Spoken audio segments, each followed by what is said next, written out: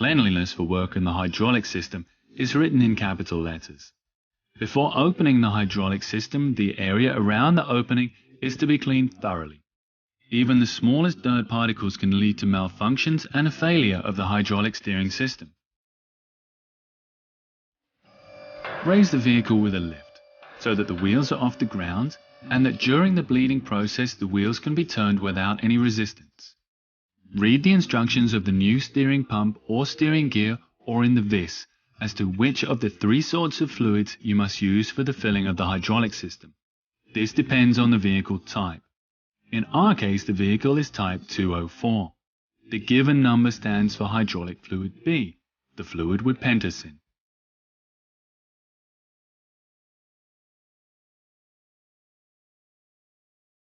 Wear protective glasses, clothes and gloves for the following steps.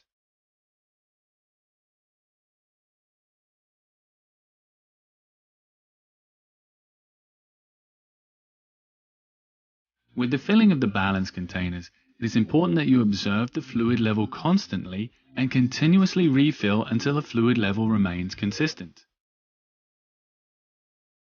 During this process, under no circumstances start the engine.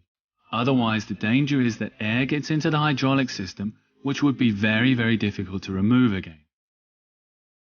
The fluid level should stop about 10 millimeters below the container edge. Flo, can you help me briefly?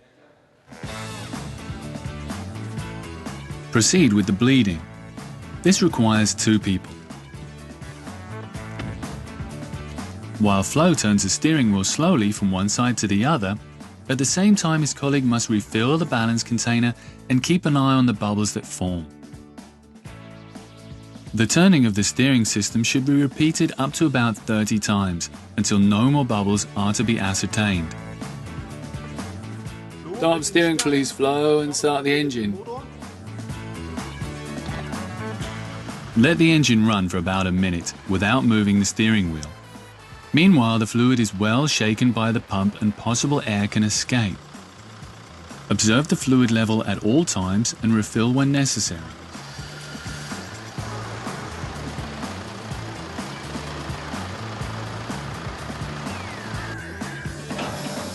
Let the vehicle down again so the wheels are on the ground.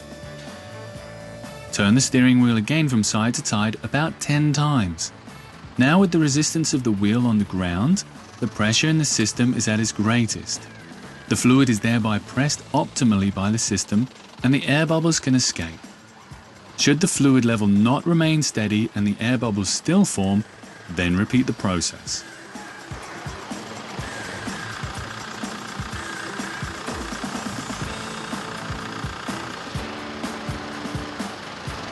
Thanks, Flo. It's enough.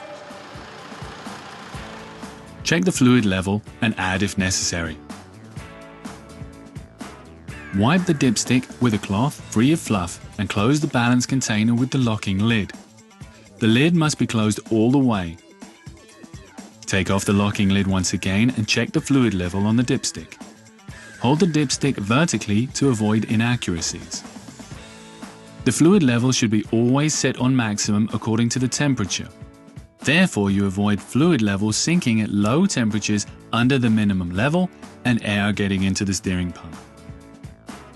If the fluid level is under the max, refill and measure once more. If you keep to the order and implementation of the working steps, you can be sure that the steering system will sustain no damage and the customer will have no cause for complaint.